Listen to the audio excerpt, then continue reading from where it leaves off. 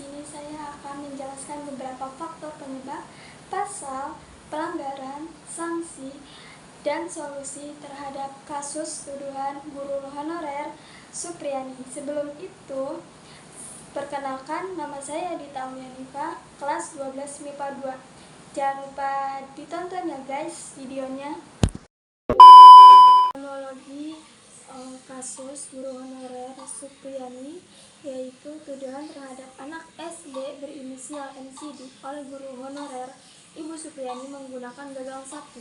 Diketahui MCD adalah anak dari seorang polisi bernama Aibda Wibowo Hashim, Kepala Unit Polsek Beito.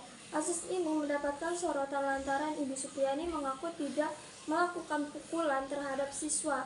Ibu Supriyani dituduh melakukan penganiayaan pada pukul 10 WITA. Menurut LBH, waktu tidak dapat dibenarkan karena mengingat waktu sudah saat pulang sekolah. Dalam dakwaan pihak kejaksaan pun, anak pelapor dipukul 1 kali dengan sapu berdasarkan kesaksian guru. Luka anak pelapor tersebut luka bakar atau melepuh. Yang sebenarnya terjadi adalah MCD sebenarnya jatuh ke sungai saat hendak pulang ke rumah. Faktor penyebabnya yaitu pertama, tuduhan yang tidak berdasarkan karena adanya tuduhan yang belum tentu benar terhadap Ibu Supriyani. Kejadian ini menunjukkan betapa mudahnya seorang dapat dituduh melakukan suatu tindakan. Nah, karena hal tersebut terjadi karena sang anak ketakutan harus melapor kepada orang tua bahwa ia terjatuh ke sungai. Hal tersebut termasuk dalam faktor. Yang kedua, faktor cara mendidik anak. Karena cara mendidik orang tua sangat berpengaruh pada tumbuh kembang anak. Dari faktor ini, anak keseringan berbohong. Yang ketiga, yaitu faktor psikologis orang tua. Karena rasa cemas yang berlebihan, orang tua tidak dapat berpikir lebih jernih dan menganggap anak sudah berkata jujur. Yang keempat itu faktor penyalahgunaan kekuasaan. Karena sang ayah adalah seorang polisi di daerah tersebut, ia menggunakan kekuasaannya tentu menuntut Ibu Supriyani. Pasal-pasal yang bersangkutan dalam kasus tersebut yaitu yang pertama, pasal 351 KUHP penganiayaan. Pasal ini mengatur tentang perbuatan melawan hukum yang mengakibatkan seorang mengalami luka-luka. Yang kedua yaitu Undang-Undang Nomor 23 Tahun 2002 Perlindungan Anak. Ini merupakan undang-undang memberikan perlindungan kasus terhadap dari segala bentuk kekerasan, termasuk kekerasan fisik.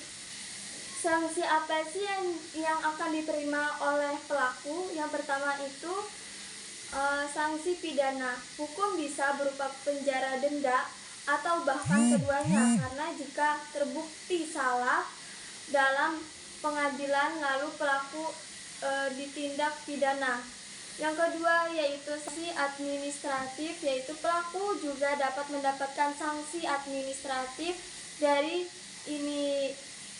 sanksi terkait, bisa berupa denda, pengingatan tertulis, pencabutan izin tertentu, pembubaran, pengawasan, itu pemberhentian sementara, daya paksa polisional.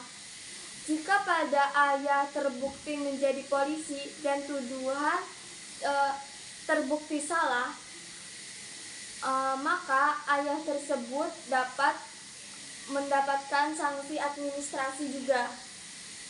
Nah, yang ketiga yaitu sanksi hukum perdata. Orang tua murid dapat mengajukan tuntutan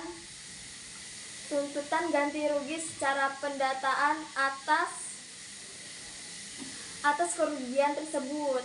Nah, yang keempat itu sanksi administrasi oleh Ibu Supriyani, yaitu teguran lisan atau penerimaan pangkat atau jabatan, pemberhentian sementara atau tetap. Apa sih dampak dari Ibu Supriani secara pribadi?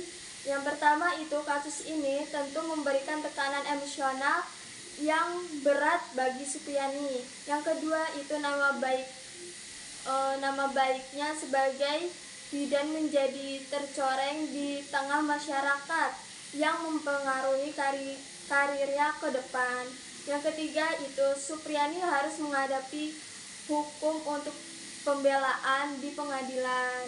Nilai-nilai Pancasila apa yang termasuk dalam kasus tersebut?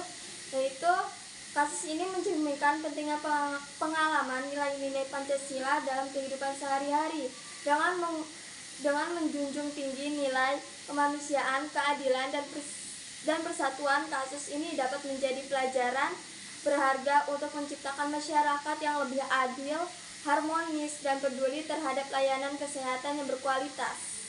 Terima kasih.